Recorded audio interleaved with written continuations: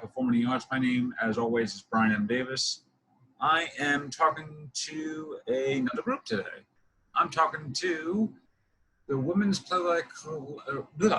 I know, it's a mouthful. Yes, it is a mouthful. As you all can see, I'm talking to two playwrights, I want to say, two playwrights from Staten Island, I think, right? Yep. Well, from the general New York areas. So tell me about the Women's Playwright Collective. How did that start about, and how was that start about, and is it primarily in Staten Island, or is it generally in New York City? So it was started in 2018 in my basement. Because Amy and I, we've been very much involved in many of the other collective members have been very involved in Staten Island theater, since all of us are mainly from Staten Island. And we kind of wanted to make our own work. So I started in my basement. I asked a few actors. Amy was an actor / a stage manager in the community, and a few other performers in various backgrounds if they would like to write with me. And now, at the time, we had no idea what we were going to do other than I wanted to get a few people together and just write. And that in 2018, Staten Island Shakespeare Theater picked us up and helped us produce our first ever Not Forgotten Play Festival. So I think that first year, Amy, correct me if I'm wrong, we had 6 members or 5 members? I think there were 5 of us. Okay. And we had one night at Little Victory, which is another Staten Island theater. And we put it up, and it was a sold out house, and we've been doing it this will be our third, August 27th will be our third iteration of our Not Forgotten Play Festival. Oh, nice. And of course, since this episode will be out later this, out later this year, hopefully I'm aiming for October. So if this comes out in October, I'm just like, good. But yeah, this, so. Well, hopefully we have had a successful evening of it. Yes. As always, it's theater, so theater will be successful, even if it's online or not. Yeah. And now you asked if we were primarily in New York and Staten Island. Currently, yes. We are all from Staten Island, but we're open. I guess we would be open to other people. It was just easier for us when we were able to get together to, like, for people on the island come together for the collective. Yeah. Tell me about both of your roles in the collective itself. Do you primarily just like playwright, or is it just like a collaborative effort where each member of the team practically writes the play, or is it just like, hey, let's just do Barefoot in the Park, and we'll just, Amy, you want to take it? Sure. So since the start in 2018, me and Ariel are actually original members. So we've been with the group from the beginning. We have let in other members since that time. And we all write our own individual pieces. Some of us have involved other playwrights within the group to perform in those pieces, and we have our meetings like every other week or once a month, and we bring together like our ideas of things that we've been working on, or we brainstorm on any kind of hang-ups that any of us are having. But we haven't written one collaborative piece together. They're all individually submitted within the group. Okay. And then we bounce ideas off each other. We ask to read each other's pieces at the meetings. And any kind of feedback is always appreciated. We're always so open and warm. And I mean, the group has been such a positive collaboration, really. And especially when it comes to like meeting deadlines, it's so great to have like that little nudge of like, I don't want to let down anybody in my group. I want to bring something to the table this time. So in a way, as a writer, for me, that's great, because I feel like genius doesn't just like spring up for me. I really have to like dedicate the time and the effort, like, sit down like this. I need to, not in a bad way, but I need to have something to show for what this time I'm sitting down for. In terms of the plays you've written, and this goes for both of you, is it like 10-minute plays, one-act plays, or has it been like a full-on, like 90-minute play, 2-hour play? So currently, since we have so many members, we do try to keep it 10 and under. Maybe we do 15, so they are short plays. Yeah. There is a hope for me that this will manifest into something else, and I have a dream of like having a playwright working on a piece throughout the year that becomes like a one act or a full length later on. But currently we are just doing shorter plays because, as Amy said, we have our timeline. So we go up sometime around the summer. We take a hiatus until probably the new year, and then we start again with our meetings once a month. And then, as Amy said, as we get closer, we have it like every other. So Yeah, from experience, I know that shorter plays, 10 minutes or even 15 minutes, are ideally good, but I'm also trying to see how, as a playwright, I was about to say as a writer, well, yeah, as a writer, to fit essentially a 3-act play within a 10-15 minute play, which is usually not very hard because it goes by so quickly, depending if the actors are very very particular about their lines, that sort of thing. So yeah, what type of plays have you written in the past? Are they just primarily dramas, comedic types, dramedies, black comedies, surrealists? Are you saying like our own individual taste, like Amy and myself? Yeah. Sure. So like I try to do something different every year. The first year of my play. Now, I just also want to preface that I do not consider myself like a writer per se. Like I am an actor. Amy, maybe you consider yourself more of a writer? Yeah, I think throughout this experience, that opinion of myself has definitely grown. Oh, but like when we first started, we have a lot of people from different sides of the theater world, actors, stage managers.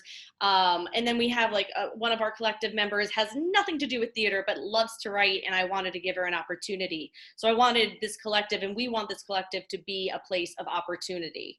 Nice. So going back to what we like to write, like I was saying, my first year I wrote a personal piece about my relationship with my father in the Philharmonic and created a piece like that. Last year I did a one actor piece about she was trying to get her boyfriend to come to the window, and it was a la like Our Town, where everything else was mimed and there were people off stage but you didn't see it. And then this year I'm writing a historical fiction 10-minute piece about Katie Walker from Robbins Reef Lighthouse. So I try to span different things. I try different things. Does it always work? Amy? Yeah, I mean, I feel like my first year I wrote a piece with for 2 women, and they were at a museum admiring a work of art, and one was like completely frustrated that it was placed in a certain way, and like how that brought up other tensions between the two. So parts of it were really funny, but then I mean there were certain parts that were like a little more serious. And then the second year I did 2 women again who were roommates, who were trying to figure out why one's boyfriend got her a cookbook, and she couldn't figure out if it was like some kind of way of roping her into some kind of domestic life that she didn't want, or if it was some kind of genuine gift. So that was also like kind of funny and a little dramatic. And this year I went in a completely different direction. I had like a really hard time this year trying to get any kind of motivation down to write. So I ended up writing short stories. So they're not really plays. They're more of like a stage reading. So I wrote 4 short stories that I'm actually really proud of. So I'm super excited to perform those. And I should also mention that we've been working with a theme. Every year we've had a theme. And this year is Weathering the Storm. So I think Ariel came up with that theme before COVID actually hit. which is kind of ironic. It worked out kind of great for this year. Yeah. Now, when you talk about wavering the storm, do you mean like hunkering down for the storm that's coming, or or is it just like because I've Yeah, I mean, I think that there are a couple of ways that you can translate that idea, whether it's hunkering down or getting over what had just happened, or preparing for the worst. I think there's a couple of ways that people can weather the storm. There's also And I think- piece like mental health about weathering the storm. So Oh. we kind of like Amy said, like, I came up with it, but I this year I was like trying to push for a theme, and everybody's like, yo, chill, Ariel, our themes usually come, and they do. Our themes come out organically through our works, so we kind of see what everybody's been writing, and then they kind of emerge, because in 2019 our theme was touch, and all of our pieces had to do with some sort of touch, however the writer interpreted it. Yeah. So tell me about the other members of the collective, even though you two are, right here, Yeah. you said that you have 5 members now, or has it grown, like, So or is it like currently it's like 5 members now, or was there originally 5 members and now? That's what I was trying to remember. sure. So originally, like Amy said, we were 5 members. It was myself, Amy. I'm not even gonna try to do last names. I'm sorry, everybody out there, but I will send them to you, Bryan. No problem. Ksenia, Ariana, and Kerry were our first 5, and actually they have stayed with us. And then we added 2 new members last year, so we had 7 total playwrights. And then I think we're at 6 this year, just because of what had happened with everything. Like I'm super impressed with the fact that we have like 6 dedicated playwrights, and our 7th one unfortunately had an issue, and she would have been just as dedicated, I think, in another year. That's another thing I want to bring up is the playwrights, because now that a lot of these people have to be, some people have left New York City because of the COVID, because of what happened back in March and how the cases were rising, all that stuff. And more or less everything has been over Zoom or Skype or Google Hangouts, whatever felt like the necessary tool to use. How were you able to essentially keep everyone up to date, especially going into August, where, hey, we have the August set date. It's usually when we have the play festival, but because of what's happening, how are we still keeping everybody up to date, even if they're part of the group or not? Like, are you talking about audience members? Yeah, like not only audience members, but also just like your group members in general. It's like, how is it like communicating between the group members in general? Is it still over Zoom, or is it just like? We are very lucky that we're all very dedicated people, and of course we hit rocky patches here and there, but it was Zoom that saved us, I feel. Yes, Zoom swooped in. Yeah, and I mean, we're friends in general. Like, I think the collective brought us together a little bit more, but we've been very communicative via the good old-fashioned cell phone. Yeah. Also got a grant from Staten Island Arts to produce this, so we have somebody really? now. Yes, we got somebody right now, Kristen, to do our public relations. So if anybody wants to follow us on Instagram, we're not saturating. She's doing a great job at keeping us relevant. So and also, like, Staten Island, we have a really good theater community that does help each other out to the most part. So we've been able to, those people who have come to our shows in person are now reserving tickets for the online festival.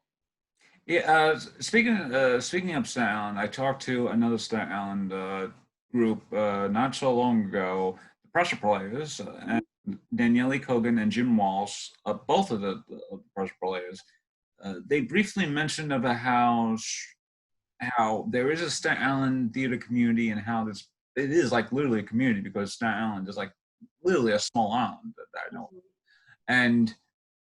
But I don't know how many theaters are there personally. I know of like maybe a couple of them, because of the fact that since I live in Brooklyn, it's easy just to take the I forgot what Brooklyn I forgot what's of the Brooklyn Staten Island buses it is, but it's the one that goes over the bridge.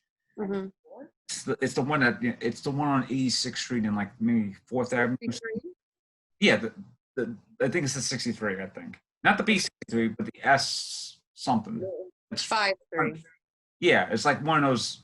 Yeah, I think that's where it is. Yeah. And, Amy, you want to talk about like the other Staten Island theater groups? Like, so we're mainly like community theater, but yeah. There's about a half a dozen strong independent theater companies here on the island, and they produce all over the island. I know Staten Island Shakespeare has a show going on right now, Two Gentlemen of Verona. They're rehearsing outside at the Fort Wadsworth, and I know they'll be putting on a show. So, but outside of that, I'm not sure what else on Staten Island is going on because, yeah, people are limited with the COVID response. So, a lot of stuff has had to come to a halt, unfortunately. But we're really lucky that we have this medium that we can perform through.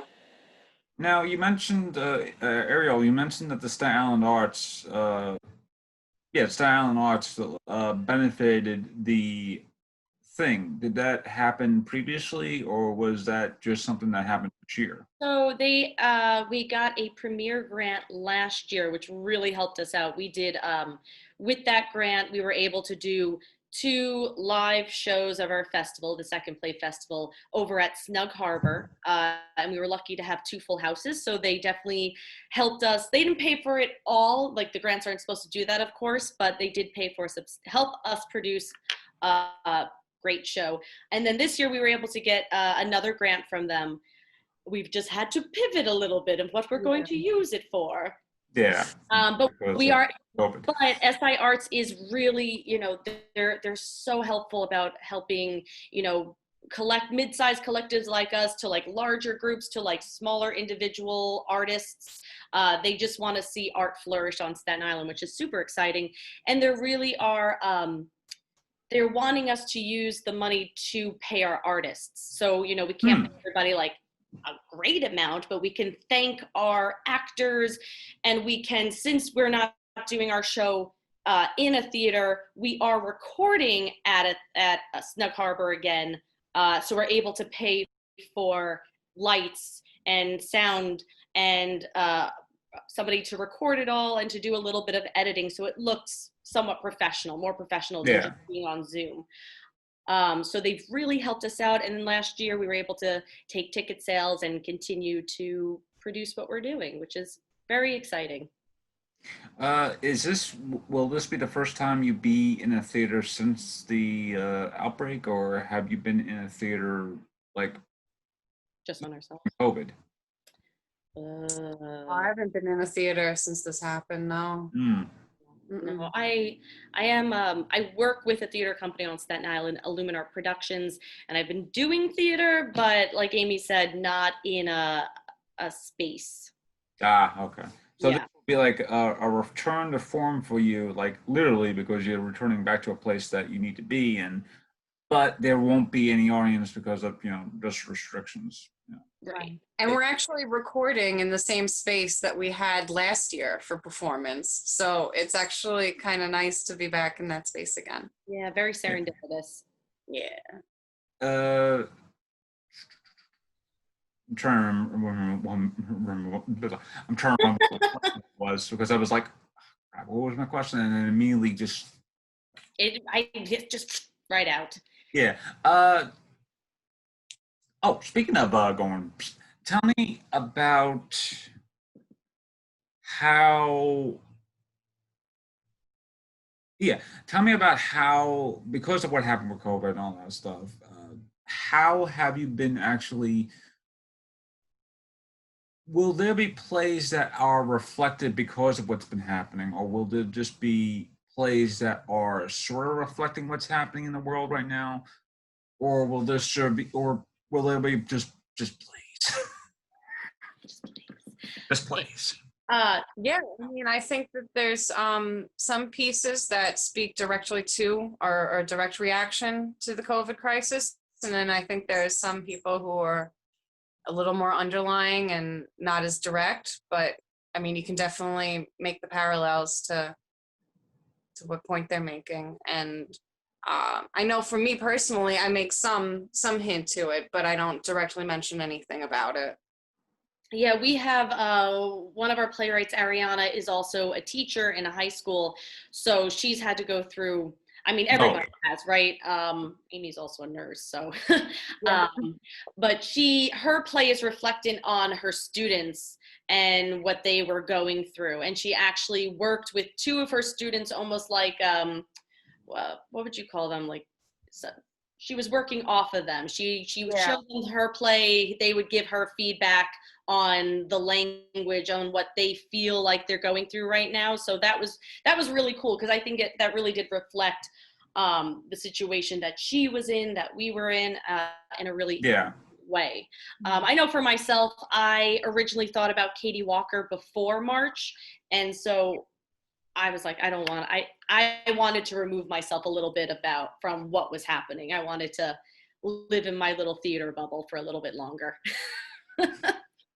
Tell me about your, do you both have any playwriting processes that you do in order to write, or is it like just because you just mentioned the Katie Walker thing and you've been thinking about that even before what happened with the pandemic and stuff like that. Do you have like just general ideas as like, you know what, this might be a good story, this might be a good story or a good play to do, even if it's a 10-minute thing, and then just start writing the general outline, or maybe even just like a general general outline of, you know, person A, person B, line, Yeah. and then it's like, what is your like? Do you both? Essentially, what I'm trying to say is, do you both have like a writing process for your plays? Oh man, I mean, I feel like I just when it comes time to like start thinking of an idea, I try to just let my mind be open and I try to just listen up. I mean, I remember going to the Museum of Modern Art with my brother and overhearing a conversation that two people were having. And I used that to write a play. And I just started with one or two sentences and then I just made it my own. And it's amazing how you can create a conversation between two people. It's like you're the third person listening in, but you're writing it. It's a very unique experience for sure. Yeah, especially in New York City, where it's like you could just generally hear a random conversation like every single other At second. any given point, exactly. Yeah. You know, I was reminded of just now where it's like, I was back in my community college a few years ago. I was returning to do something, and as I was walking out of the building, all I just hear is two guys in the back of me goes, "Hey, do you remember Admiral Levine?" And I just hear that, and I'm just like, "Oh my god!" It's like these two young people who are probably in their early 20s, like maybe even 20ish, and here's me like in my late 20s now. I'm just going, "Hey, do you remember Admiral Levine?" And I just remember just going, Oh, takes me back. Oh, takes me back, but it's like it's like the stuff you hear in New York City. Sometimes, even if you're on a street, can be great fuel for you, even if you are a writer. So so anybody who is writing out there, and you happen to be living in a very metropolis area, and you're by the window, and it's like after 7 o'clock, 8 o'clock at night, just, you know, Just open it. open yeah. it, hear what people are saying. Yeah. You might hear a couple of drunk people, but sometimes drunk people have wisdom of truths to them somehow. Always, yes. I agree. I think we need to be more observant in our daily lives, because we never know as artists what is going to inspire us. So yes, definitely open up that window. Yeah. For me, I have a lot of Google Docs going. I might, I got a ton for, especially this one. Like, I knew for her, I wanted to write about her, but other plays have been harder. Like 2019 was hard. I didn't know what I was going to write. I just kind of let it happen. I usually have an idea of what kind of style I wanted to do. Like 2019, I wanted more of a comedy. 2020, I wanted to do more a fantastical realism. So I wanted that in there somehow. And then dialogue wise, I think it's like the actor in me too, that just, like Amy said, I could just talk to myself mostly. And Yeah. so, I just start writing that dialogue. And then with our collective, having us read it out loud. And I, as a writer, like other people to read it so I can really listen. It's that listening thing again. And I take notes and I figure out what sounded clumsy, what might needs to be like beefed up a little bit more. And I'm always, even like I just finished up my rehearsals for this play, and I said to my actors, I am a collaborative person. If something doesn't sound right, I'm not married to any word. I think, and I'm not saying that it's a bad thing, but I think a lot of times writers or artists were so like, this is mine. Yeah. And I'm kind of like that too, but at the same time, I'm just like, dude, just like, dude, I'm like, dude, it's my script, yes, but these are my words. You can play with these words. You're actors, that sort of thing. Yeah. I could be very casual in my directing, but otherwise, I'm just like, if you want to change it, change it. I don't care. It's like, as long as you're getting the point across. To a point, I'm like that. I totally get that, and I like that, and I want to talk to my actors and see what sounds weird, and then come to a conclusion, because I just don't want, like, at a certain point, I want to stop writing, especially for the collective. Yeah. As Amy was saying before, having a deadline for me is just like, It's beautiful. Yeah, I used to hate them, and now I've come to love them. yeah. And I mean, I can definitely relate to what you're saying about like holding on to your work for dear life, and like it can't be changed. But you also have to recognize like an actor is also an artist, and so as a director, like they have their own craft and their own way of expressing what you have given them. And I feel like that's part of the beauty. That's part of the process of making art, is letting other people let your work speak to them. Yes. So I just got an alert that this meeting has. You've got unlimited minutes. Yeah. Yeah, it's gonna happen. We got time. But that does bring me to another point that I was gonna make before that the meeting was like blah. Anyway.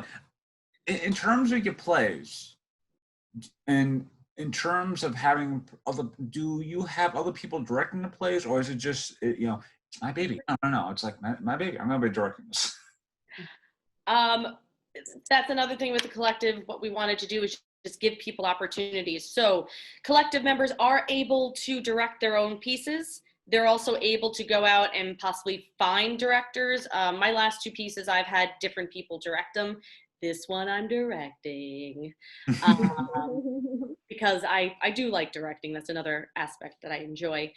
But we do try to help each other out. And do you want to direct? Great. If not, give it to somebody else. Yeah, I really enjoy directing too. I gotta say. It is good to have somebody else interpret your piece. Like you know what you want to say as a writer. Does it translate to somebody else? Yeah. So, everybody's going to interpret different, but is it so different? Did your meaning get lost? And is that because of your writing? So that's interesting too. And I think that's something that I know I like, and then that's really scary when you're like, oh gosh, did I not write this well? Sometimes you win some, sometimes you lose some, Yeah, and to me, it was like I wrote a play a few years ago, and it got into a play festival, and it was my first play festival, and I was gonna be like, okay, I have a director, I have a good cast, two great actresses, that sort of thing, and then the director is like, I can't do it. I'm sorry. I got like a full life, and it's like life is treating me like crazy, and so it's basically putting the pressure on. It's like I didn't know I couldn't get a director in time, so it puts me in the pressure of I got to direct everything, and as I said, it's like I have a very casual way of directing, where it's like I have the idea and all that stuff, and it's just having the actors and actresses on stage be like, okay, is this guy for real, or is he just like, bullshitting his way into just directing? So yeah, having so I do agree, is like, even though it is your property, having someone else to direct it and understanding that property feels a lot more powerful as a playwright, because one, Mhm. you finally have someone who understands your baby. Right. Yeah. Uh, yeah. I was going to say something to that. Hold on. And now mine went. Yeah. Yeah. Oh, I know what I want.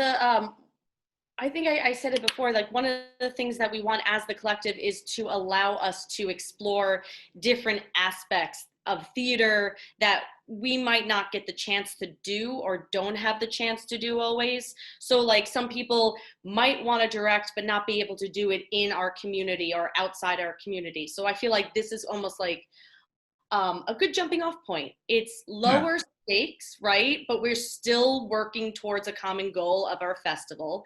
And if you need help, you have the help of like 6 other people. Yeah. So that's one of the things that I like about our collective, is that we are able to fail and then we do help each other to succeed. Yeah. And in a way, that becomes a collaborative effort, even if Mhm. you aren't really Yeah. writing the same play and all that stuff. I Well, do feel like we have a stake in everybody's piece a little Yeah. bit. and yeah, I hope, considering we're almost out of time because of the Zoom plan, but uh, I think the Women's Playwright Collective, even though it's a mouthful to say, but the WPC, yeah, WPC, I'll just shorten it for that. WPC, it has a great understanding of being a playwright, and I will say, writing plays, all that stuff. It is a hard process.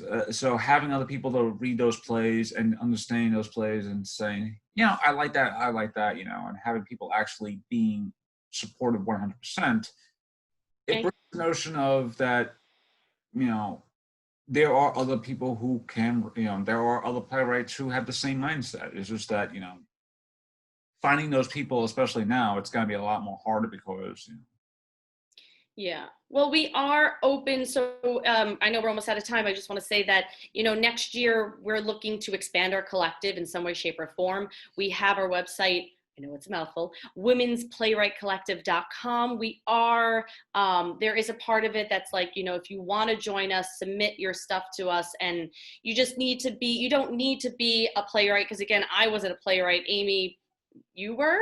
No. We were playwrights to begin with, and now because of this collective, I can say that I am short plays, but I do want this to be a space for people to try new things and just be able to commit to us, commit to the process, and have an adventurous mind.